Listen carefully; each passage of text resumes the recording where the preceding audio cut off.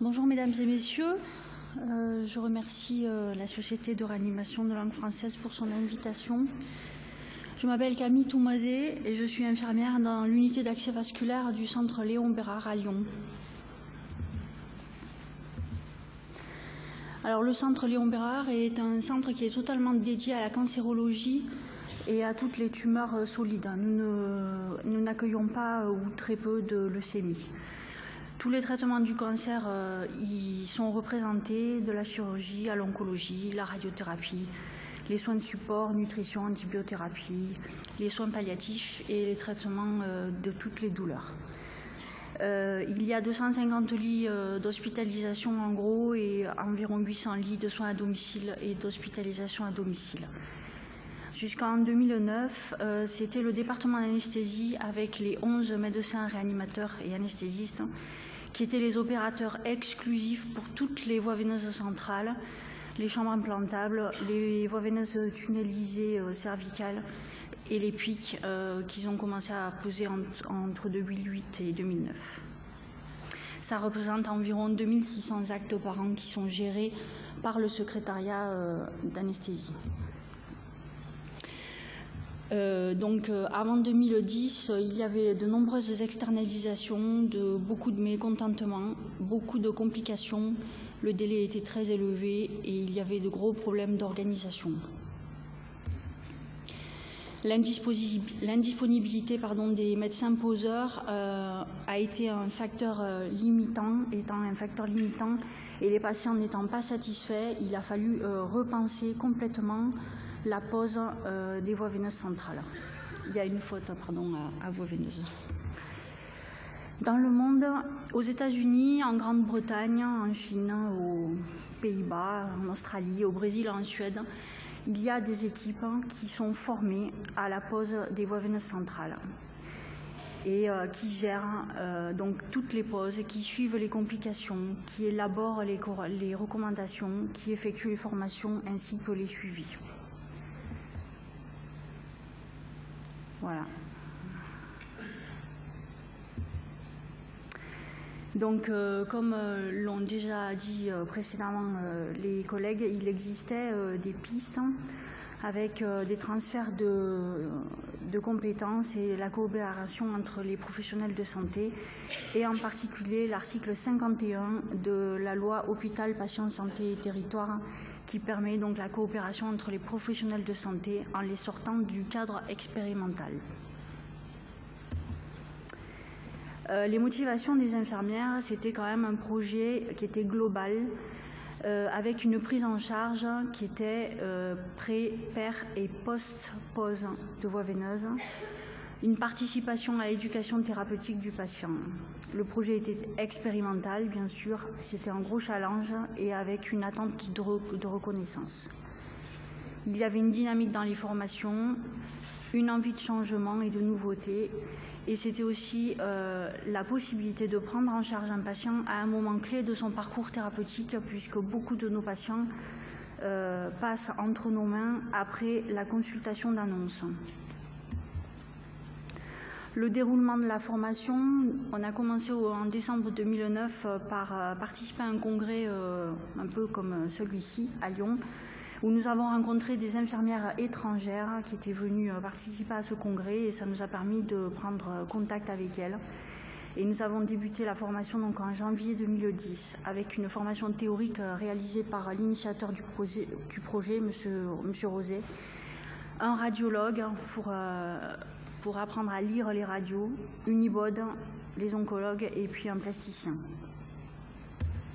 Ça représente en théorie 12 heures, donc pour la théorie environ 12 heures. Donc nous avons commencé par l'anatomie, tout ce qui est l'anatomie vasculaire des bras, du cou jusqu'au tronc, l'apprentissage des règles d'asepsie et du matériel stérile au bloc opératoire, le gantage fermé, l'habillage, comment faire une table, les sutures, les instruments, les différents matériaux utilisés, toutes les indications, les trajectoires du patient, les complications aiguës avec les conduites à tenir. Et puis ensuite, on est passé à l'échographie avec le principe de l'échographie Et on s'est amusé à manipuler les échographes sur nos collègues qui se sont gentiment prêtés à l'exercice sur des mannequins, et on s'est entraîné à des ponctions sur des cuisses de dinde. En ce qui concerne la pratique, ça s'est fait sous forme de compagnonnage par l'ensemble des médecins anesthésistes réanimateurs lors de leur vacation. Et pour chaque type de cathéter, il y a eu 30 actes où on était spectateur, 30 actes où on était aidé et 30 actes où on était supervisé avec un débriefing post-pause. Les points clés de la réussite, c'est la confiance dans les deux sens. C'est-à-dire que le délégant doit avoir confiance en la personne à qui il délègue, mais le poseur doit aussi avoir confiance en le médecin, parce qu'il faut pouvoir compter sur lui à la moindre difficulté. Et puis, les points clés de la réussite, ça a aussi été la compétence des formateurs et leur qualité, tant sur la théorie, la pratique et la sécurité. On sait qu'on peut compter sur eux quand ils sont joignables pour une discussion ou pour une évaluation des difficultés à tout moment.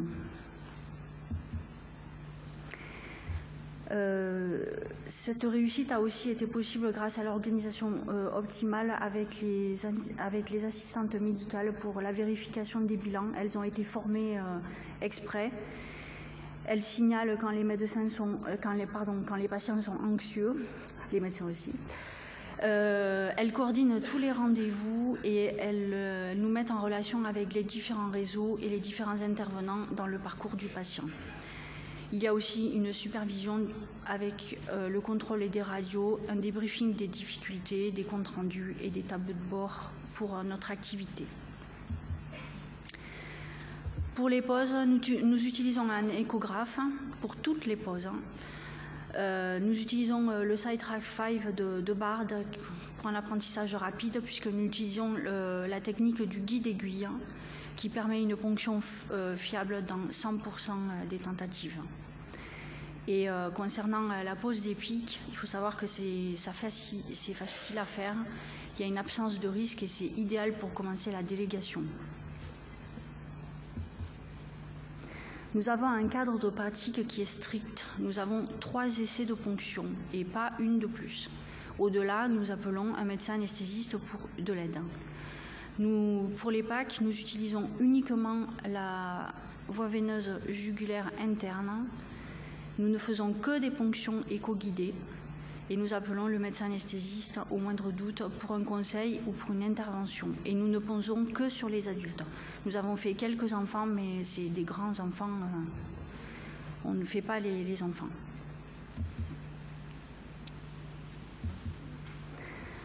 À partir de 2010, voici la montée en puissance de notre unité. Donc en Bordeaux, c'est l'activité des médecins anesthésistes et vous voyez que dès la fin de l'année, petit à petit, notre activité est devenue supérieure à la leur. En 2011, nous avons créé une hotline pour les appels internes. Toutes les infirmières ou tous les professionnels du centre nous appellent pour des voies veineuses bouchées, pour des problèmes de pansement, des voies veineuses qui ont été mobilisées. Et elle est aussi accessible aux professionnels externes pour des problèmes de pansement essentiellement, mais il y a également des patients qui nous appellent pour des questions, des questions sur la vie de tous les jours. Et nous avons créé un observatoire des postes de voies veineuses pour pouvoir évaluer notre travail et la qualité de notre travail. Une fois par mois, nous formons également des médecins français et étrangers à la pose des pics. En 2012, nous avons commencé la formation des infirmières libérales de notre région au pansement et à la prise en charge des voies veineuses centrales à domicile. Et nous avons également commencé à positionner toutes nos VVC avec la technique de l'ECG endocavitaire, sans utiliser la radioscopie. Alors, il nous a fallu longtemps pour le faire, ça nous a pris presque un an, c'est assez compliqué, c'est long. Nous utilisons 2 systèmes, nous utilisons le Nautilus pour les chambres implantables et pour les pics, Et l'appareil que vous avez à droite, qui est peu connu encore en France, qui s'appelle le Sherlock, et qui est utilisable uniquement sur les pics, qui est aussi, alors lui il fait ECG endocavitaire et il est aussi un traceur, donc il permet de savoir où part le cathéter. C'est extrêmement utile pour les poses en bedside. En décembre 2013, sur la totalité de l'année, donc 76% de nos cathéters étaient placés avec la technique ECG. Voilà, ça c'est l'utilisation ECG endocavitaire sur les poses de PAC et sur les poses de PIC. Sachant qu'il y a des limites à cette technique, puisque les patients porteurs d'un pacemaker ne peuvent pas bénéficier de cette technique, ainsi que les patients qui sont arythmiques. Les patients avec des fibrillations auriculaires ou avec des flotteurs auriculaires ne peuvent pas avoir de pose de VVC avec l'ECG endocavitaire. On est obligé d'allumer la radioscopie. Le 5 juin 2013, nous avons reçu l'avis favorable de l'HAS concernant ce transfert de compétences pour la pose des voies veineuses centrales. Il nous a fallu 2 ans pour l'obtenir. Donc si jamais vous avez des projets, armez-vous de patience et de ténacité. Et qui a été complété en octobre 2013 par l'arrêté de l'Agence régionale de santé. En 2013, voici notre activité à toutes les 3, sachant que nous sommes 3 infirmières, il y a 2 temps pleins.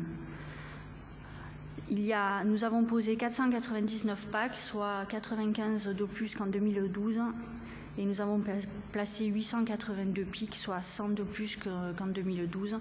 En tout, nous avons fait 1624 actes, toutes poses confondues, soit une augmentation de près de 12% par rapport à 2012. Et nous espérons que ça va un petit peu augmenter cette année. Voici l'évolution de notre activité au fil des années. Donc vous voyez que les PAC et les PIC augmentent doucement. Les cathéters cervicaux et les cathéters de Sheldon sont constants. Grâce à la technique du guide aiguille, ça nous permet d'avoir un pourcentage de réussite à la première ponction qui est très élevé. Nous avons 86% de première ponction pour les PAC et 90% pour les PIC. Entre la première ponction et la deuxième ponction, pour les PAC et pour les PIC, nous atteignons 97% de réussite donc, de ponction. En 2013, nous avons une ponction artérielle sur une pose de PAC et 2 ponctions artérielles sur une pose de PIC. Nous n'avons pas eu de pneumothorax. Avant 2010, donc avant notre mise en activité, il y avait sur le centre 880 externalisations. En 2013, il y en a encore 400. C'est encore trop, beaucoup trop. Nous n'avons pas en tout cas, on a le même nombre de complications que les médecins. Nous gérons aussi les urgences, puisque sur nos vacations de 8 heures, nous avons 8 actes qui sont programmés, et en fonction du temps qu'il nous reste, nous rajoutons des urgences qui sont demandées par les différents services. Grâce à cela, ça a permis de diminuer les délais. Actuellement, pour les postes de PAC, on est quand même à 3 semaines, donc c'est quand même encore très long. C'est pour ça qu'il y a autant d'externalisations.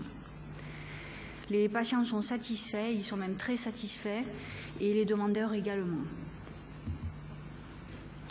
Nos projets pour 2014, donc nous sommes en train de former de nouvelles équipes. On a commencé par l'équipe des Hospices civils de Lyon. Nous formons 4 IAD actuellement. Nous allons former une équipe à Clermont-Ferrand, une à Marseille et à La Réunion, et puis d'autres après. Et nous sommes en train de finir la formation, donc c'est moi qui vais être formée, je suis la dernière de l'équipe, à l'hypnoanalgésie. Nous espérons former un 4e poseur aussi, parce que nous avons le projet de rajouter une vacation par semaine qui nous permettrait de rapatrier toutes les externalisations et de développer le bedside et la proactive attitude. Donc il faut être bien conscient que la délégation, c'est avant tout la confiance. Le médecin qui délègue a confiance en la personne à qui il délègue, mais il faut que l'inverse soit aussi réciproque. Merci.